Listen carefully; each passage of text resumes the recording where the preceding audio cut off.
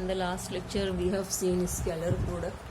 Now let us see what is a vector product.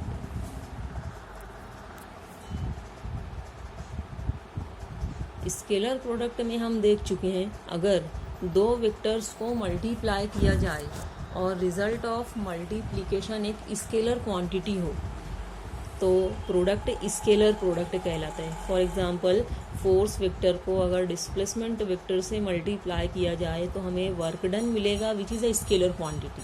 तो दो vectors को अगर मल्टीप्लाई किया जाए, रिजल्ट ऑफ मल्टीप्लिकेशन अगर एक स्केलर क्वांटिटी है तो प्रोडक्ट स्केलर प्रोडक्ट कहलाता है. यहाँ पर हम दो वेक्टर्स को अगर मल्टीप्लाई करें, रिजल्ट ऑफ मल्टीप्लिकेशन अगर एक वेक्टर क्वांटिटी मिलेगी तो प्रोडक्ट वेक्टर प्रोडक्ट कहलाता है. और वेक्टर प्रोडक्ट को डिनोट करने के लिए क्रॉस सिंबल का यूज़ किया जाता है between the two vectors. Suppose this is vector P, this vector Q. दोनों वेक्टर्स को मल्टीप्लाई कर रहे हैं, रिजल्ट ऑफ मल्टीप्लिकेशन एक वेक्टर है तो प्रोडक्ट वेक्टर प्रोडक्ट होगा. डिनोट करने के लिए क्रॉस सिंबल का यूज़ किया जाता है, इसलिए इस प्रोडक्ट को क्रॉस प्रोडक्ट भी कहा जाता है. For example vector R cross vector F is a torque vector. Moment R जो कि एक वेक्टर क्वांटिटी है, इसका प्रोडक्ट फोर्स वेक्टर के साथ टॉर्क वेक्टर के बराबर होता है. So this is the example of cross product. Cross product को डिफाइन करने के लिए हम दो वेक्टर्स कंसिडर करेंगे. Suppose this is vector P, this is vector Q. दोनों वेक्टर्स सेम प्लेन में, यही हॉरिजॉन्टल प्लेन हम कंसिडर करेंगे और दोनों वेक्टर्स के बीच का एंगल थीटा. तो इन दोनों वेक्टर्स का जो वेक्टर प्रोडक्ट है इसको कैसे लिखेंगे? Vector P cross vector Q. It is equal to P Q into sine theta into u cap. P क्या है? It is magnitude of vector P. Vector P का मैग्नीट्यूड है. Q वेक्टर Q का magnitude है. Theta दोनों vectors के बीच का स्मॉलर एंगल है. एक और एंगल बन रहा है दोनों वेक्टर्स के बीच का, दिस वन. ये एंगल बड़ा है तो क्रॉस प्रोडक्ट में कौन सा एंगल लेंगे हम? Smaller angle between the two vectors. So the cross product will be equal to P Q sine theta into u cap. अब चूंकि रिजल्ट ऑफ मल्टीप्लिकेशन एक वेक्टर क्वांटिटी है, वेक्टर क्वांटिटी है तो उसका मैग्नीट्यूड भी होगा, डायरेक्शन भी होगी. डायरेक्शन जाहिर करने के लिए हमें मालूम है यूनिट वेक्टर डायरेक्शन बताते हैं, तो यहाँ पर हम यूनिट वेक्टर लेंगे as u cap. U cap क्या है? यूनिट वेक्टर है in the direction of this cross product. Vector product की डायरेक्शन में यूनिट वेक्टर है. मैग्नीट्यूड कितना हो जाएगा क्रॉस प्रोडक्ट का? कैसे लिखेंगे मैग्नीट्यूड को? दो वर्टिकल लाइंस के बीच में ये मॉड कहलाते हैं. सो mod of vector P cross vector Q, यानी क्रॉस प्रोडक्ट का magnitude it will be equal to, अब मैग्नीट्यूड लिख रहे हैं तो डायरेक्शन नहीं लिखेंगे, यू कैप की अब ज़रूरत नहीं है. So magnitude will be equal to P Q into sine theta. और क्रॉस प्रोडक्ट में दो वेक्टर्स का जो क्रॉस प्रोडक्ट होता है इसकी डायरेक्शन उस प्लेन के परपेंडिकुलर होती है जिसमें दोनों वेक्टर्स प्रेजेंट है. हम वेक्टर P और वेक्टर Q को मल्टीप्लाई कर रहे हैं, ये हॉरिजॉन्टल प्लेन में है.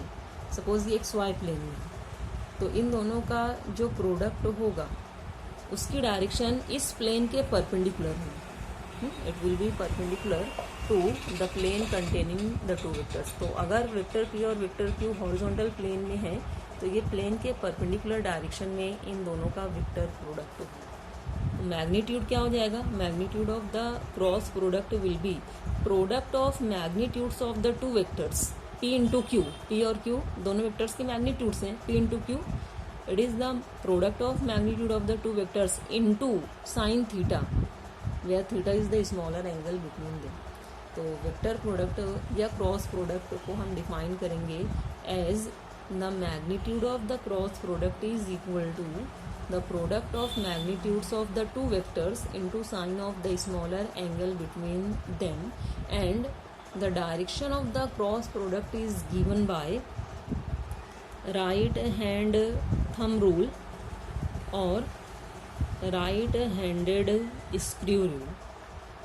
राइट हैंड थंब रूल से हम वेक्टर प्रोडक्ट की डायरेक्शन मालूम कर सकते हैं, या ये डायरेक्शन मालूम करने के लिए राइट हैंडेड स्क्रू रूल का भी यूज़ कर सकते हैं। राइट हैंडेड स्क्रू रूल क्या है? अगर हम एक स्क्रू का बेस इस पॉइंट पर रखें जहाँ पर दोनों वेक्टर्स मिल रहे हैं, स्क्रू का बेस इस पॉइंट पर रखें, दिस द स्क्रू, और स्क्रू को रोटेट करें। कैसे रोटेट करना है? From the vector which comes first in the product. ये वेक्टर P है, ये वेक्टर Q है, और ये दोनों के बीच का एंगल थीटा है। तो दोनों वेक्टर से जहाँ से ओरिजिनेट हो रहे हैं, निकल रहे हैं, वहाँ पर हम स्क्रू का बेस रखेंगे और स्क्रू को मूव करेंगे किस वेक्टर से किस वेक्टर की तरफ? पहले वेक्टर से। क्रॉस प्रोडक्ट में जो भी पहला वेक्टर है, पहले वेक्टर से सेकंड वेक्टर की तरफ अगर हम स्क्रू को मूव करें तो स्क्रू की टिप जिस डायरेक्शन में एडवांस होगी, आगे की तरफ बढ़ेगी, that is the direction of cross product. तो यहाँ पर क्रॉस प्रोडक्ट की डायरेक्शन क्या होगी? अपवर्ड। अगर ये हॉरिजॉन्टल प्लेन में है तो perpendicular to the plane of the board cross product की डायरेक्शन हो जाएगी this one, vector P cross vector Q perpendicular to this plane containing the two vectors.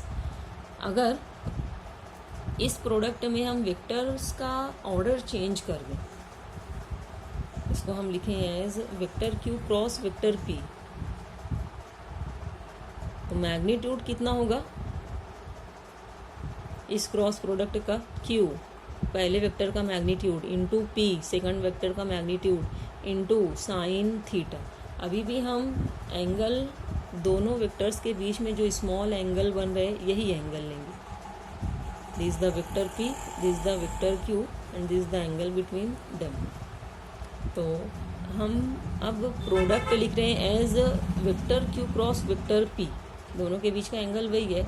इस क्रॉस प्रोडक्ट का मैग्नीट्यूड तो सेम मिलेगा, Q P sine theta which is equal to P Q sine theta as it was in case of vector P cross vector Q। लेकिन direction अब क्या होगी? Direction मालूम करने के लिए हम right handed screw rule use करेंगे। कैसे यूज़ करोगे? स्क्रू का बेस इस पॉइंट पर रखोगे और स्क्रू को अब मूव करोगे किस वेक्टर से? Q से। प्रोडक्ट में पहला वेक्टर Q है तो अब स्क्रू को अपोजिट सेंस में मूव करेंगे, वेक्टर Q से वेक्टर P की तरफ मूव करेंगे तो स्क्रू टिप नीचे की तरफ आएगा। तो क्रॉस प्रोडक्ट की डायरेक्शन क्या हो जाएगी इस केस में? Downward, perpendicular to the plane containing this two vectors. जिस प्लेन में, हॉरिजॉन्टल प्लेन में ये दोनों वेक्टर्स हैं, उस प्लेन पर परपेंडिकुलर लेकिन downward direction. Vector P cross vector Q में क्रॉस प्रोडक्ट की डायरेक्शन क्या थी? Upward. Vector P cross vector Q में क्रॉस प्रोडक्ट की डायरेक्शन अपवर्ड थी, जबकि vector Q cross vector P में डायरेक्शन एग्जैक्टली अपोजिट हो जा रही है। ये अपवर्ड थी, दिस इज डाउनवर्ड। दोनों का मैग्नीट्यूड सेम है। Q क्रॉस P में मैग्नीट्यूड कितना है? Q P sine theta. P cross Q में मैग्नीट्यूड कितना है? P Q sine theta. दोनों सेम है, तो मैग्नीट्यूड दोनों में सेम है लेकिन डायरेक्शन एग्जैक्टली अपोजिट है। इसलिए क्रॉस प्रोडक्ट दोनों ही केसेस में कैसे लिख सकते हैं हम?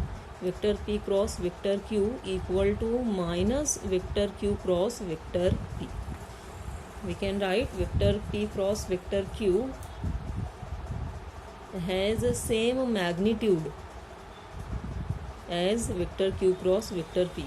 दोनों क्रॉस प्रोडक्ट्स का मैग्नीट्यूड सेम है, लेकिन अगर डायरेक्शन भी हमें लिखनी है, मॉड हटा दोगे तो हमें माइनस साइन लगानी होगी, क्योंकि इस क्रॉस प्रोडक्ट की डायरेक्शन अपवर्ड है to the plane containing the two vectors और इस क्रॉस प्रोडक्ट की डायरेक्शन डाउनवर्ड है। वेक्टर P वेक्टर Q के बीच का एंगल थीटा है, तो P क्रॉस Q की डायरेक्शन अपवर्ड होगी and vector Q cross vector P it will be directed downward. तो ये दोनों प्रोडक्ट्स एग्जैक्टली अपोजिट हैं, इसलिए दोनों को अगर रिलेट करोगे तो माइनस साइन लिखनी होगी। निगेटिव साइन क्या इंडिकेट करती है? अपोजिट डायरेक्शन को। इसका मतलब क्या हुआ? हम वेक्टर्स का ऑर्डर क्रॉस प्रोडक्ट में चेंज नहीं कर सकते, डॉट प्रोडक्ट में कर सकते हैं। Vector P dot vector Q, इसको हम लिख सकते हैं as vector Q dot vector P, क्योंकि डॉट प्रोडक्ट कम्यूटेटिव लॉ को ओबे करता है। डॉट प्रोडक्ट में हम वेक्टर्स का ऑर्डर चेंज कर सकते हैं, लेकिन क्रॉस प्रोडक्ट में हम वेक्टर्स का ऑर्डर चेंज नहीं कर सकते। ऑर्डर चेंज करोगे तो क्या होगा? डायरेक्शन बदल जाएगी, माइनस साइन आ जाएगी, यानी क्रॉस प्रोडक्ट कम्यूटेटिव लॉ को ओबे नहीं करता. It doesn't obey this commutative law of multiplication. तो ये पहली कैरेक्टरिस्टिक है क्रॉस प्रोडक्ट की. Cross product of two vectors does not obey commutative law of multiplication. This is the first property. The second property of cross product is it obeys distributive law. ये distributive law को obey करते हैं. अगर हमारे पास तीन vectors हैं, vector A, vector B और vector C, तो vector B plus vector C का cross product with vector A, यानी A cross vector B plus vector C, it will be equal to vector A cross vector B plus vector A cross vector C. This called distributive law. तो cross product distributive law को obey करता है. दो vectors के cross product का magnitude कितना होता है? P Q sine theta. This is the magnitude of cross product of the two vectors. तो इसमें बहुत सारे केसेस हो सकते हैं. What could be the first case? पहला केस क्या हो सकता है? अगर दोनों वेक्टर्स के बीच का एंगल 0 हो, यानी दोनों वेक्टर्स अगर पैरेलल हो, वेक्टर P वेक्टर Q दोनों की डायरेक्शन सेम है, दोनों के बीच का एंगल 0 होगा. तो अगर दोनों वेक्टर्स पैरेलल हैं, सेम डायरेक्शन में है, एंगल थीटा 0 होगा और साइन 0 कितना होता है? 0 होता है, यानी क्रॉस प्रोडक्ट कितना हो जाएगा? 0. तो दो पैरेलल वेक्टर्स का क्रॉस प्रोडक्ट हमेशा 0 होता है. दूसरा केस क्या हो सकता है? अगर दोनों वेक्टर्स के बीच का एंगल 90 डिग्री हो. This is vector P, this is vector Q. दोनों के बीच का एंगल थीटा कितना है? 90 डिग्री. साइन 90 डिग्री कितना होता है? +1. तो क्रॉस प्रोडक्ट का मैग्नीट्यूड कितना हो जाएगा? P Q into sine 90, sine 91 होता है, यानी क्रॉस प्रोडक्ट का मैग्नीट्यूड आएगा equal to P. So the magnitude of cross product of two mutually perpendicular vectors, ऐसे वेक्टर्स जिनके बीच का एंगल 90 डिग्री हो, क्या कहलाते हैं? Mutually perpendicular vectors. तो दो म्यूचुअली परपेंडिकुलर वेक्टर्स के क्रॉस प्रोडक्ट का मैग्नीट्यूड कितना होगा? P into Q. What is P? Magnitude of first vector. What is Q? Magnitude of second vector. So the magnitude of cross product of two mutually perpendicular vectors is equal to product of their magnitudes. दोनों के magnitudes के product के बराबर. तीसरा case क्या हो सकता है? अगर वेक्टर्स के बीच का एंगल 180 डिग्री हो, यानी वेक्टर्स एंटी पैरेलल हो. वेक्टर P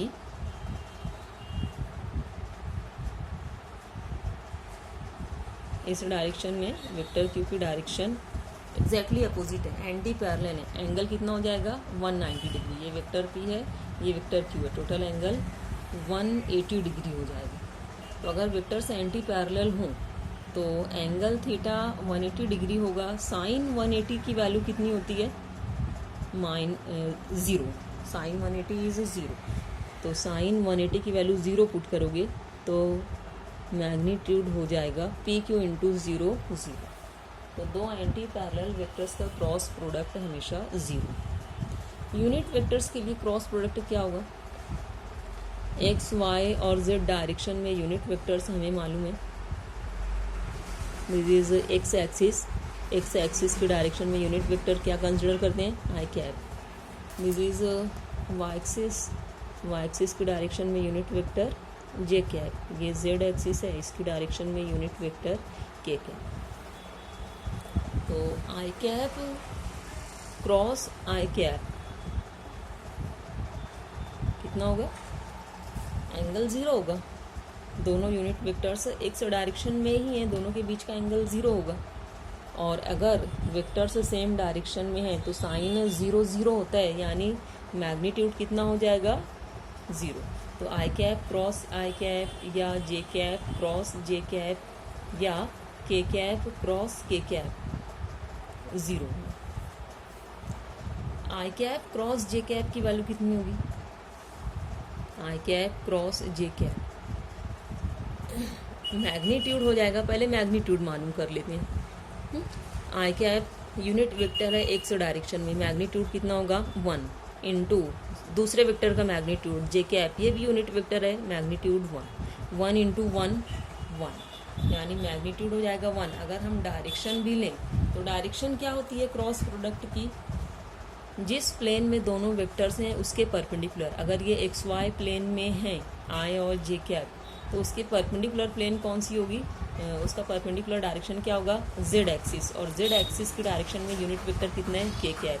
तो I cap cross J cap की वैल्यू हो जाएगी इक्वल टू के कैप। अगर ऑर्डर हम चेंज कर दें, जे कैप क्रॉस आई कैप लिखेंगे तो क्या होगा, माइनस साइन लगाना पड़ेगी, यानी जे कैप क्रॉस आई कैप की वैल्यू माइनस के कैप, आई क्रॉस जे के कैप, जे क्रॉस आई माइनस के, जे cap cross K cap, J cap और के कैप इन दो वेक्टर्स का अगर क्रॉस प्रोडक्ट लेंगे, मैग्नीट्यूड तो 1 है, डायरेक्शन कैसे मालूम करेंगे।